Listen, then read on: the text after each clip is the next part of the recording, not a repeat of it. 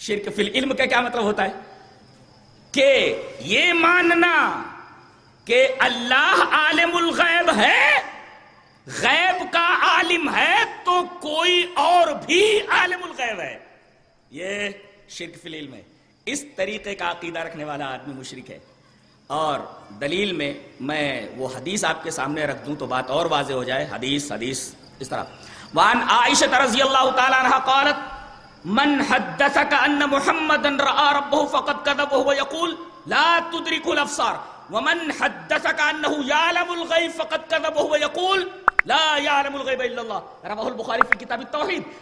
بخاری اس حدیث پاک کو ایسے کتاب التوحید کے اندر لائے، اس روایت کو کتاب التوحید میں لا کر کے حضرت امام بخاری یہ بیان کرنا چاہتے ہیں کہ جو آدمی یہ عقیدہ رکھے کہ اللہ کے علاوہ نبی کو بھی یا کسی اور کو غیب کا علم ہوتا ہے، وہ آدمی اپنے توحید کے اوپر نظر ثانی کرے، اس کی توحید گڑبڑ ہے، ایسا آدمی مشرک ہے۔ اسی وجہ سے اس کو کتاب التوحید میں لایا گیا۔